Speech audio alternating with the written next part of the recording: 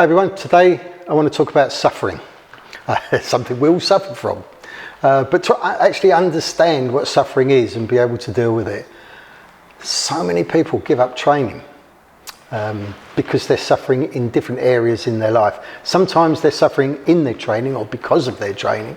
Sometimes they're suffering just in other areas of their life. But whatever, students come to you and say, Sifa, I've got to give up training because blah, blah, blah. And it's some kind of suffering they've got in their life. So I've written a poem to describe suffering, and I'll explain it out a little bit. It's called Stick a Needle in Your Eye.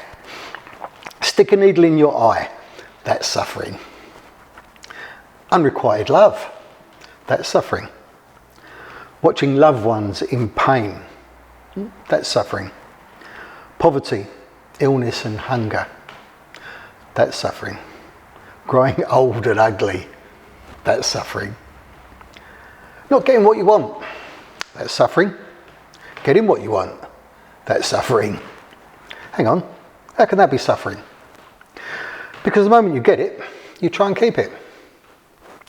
That new car, you suffer all the time that you want this car. I really want a new car. And then when you get it, the mileage goes up. You take it out in the rain, it gets scratched. It's not new anymore. Every scratch, bit of dirt and use wears it away. Nothing more painful than someone who's just got a new car and they really love it. You don't have it, you suffer. You have it, you suffer. Whether you suffer or not, depends on how you look at it. It depends on your perspective.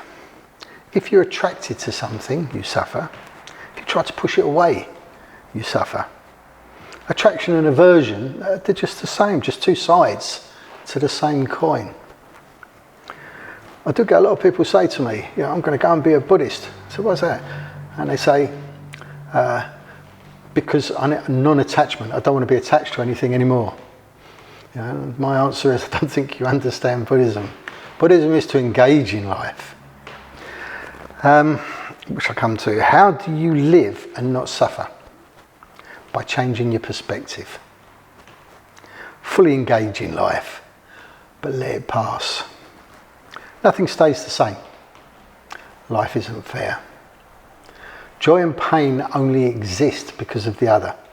Each will pass in its own time.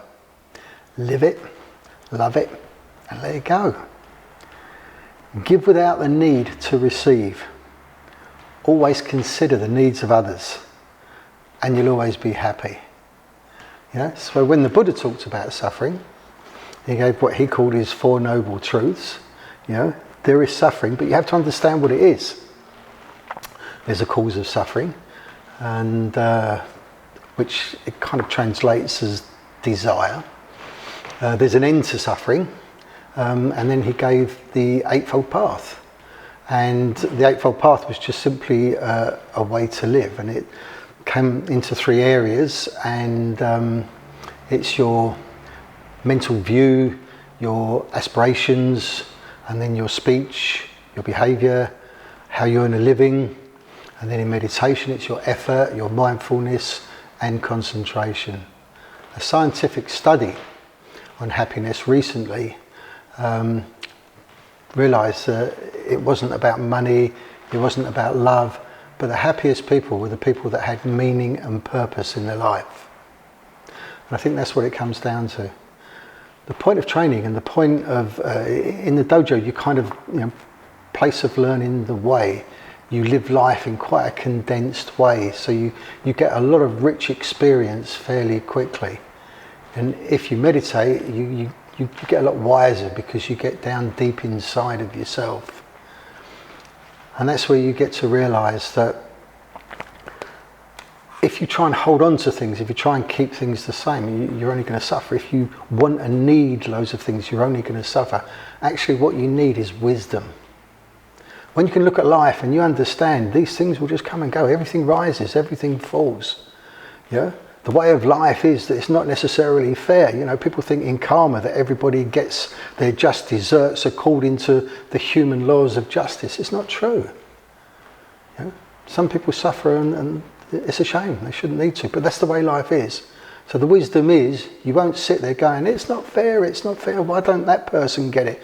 Actually, you understand, this is the way life is. And it passes. The only thing that's permanent in life is that everything is impermanent. And with that wisdom, you can engage in life. As I said here, you can live it, love it, but you're able to let it go as well. And just remember, tomorrow's another day. Okay, thank you.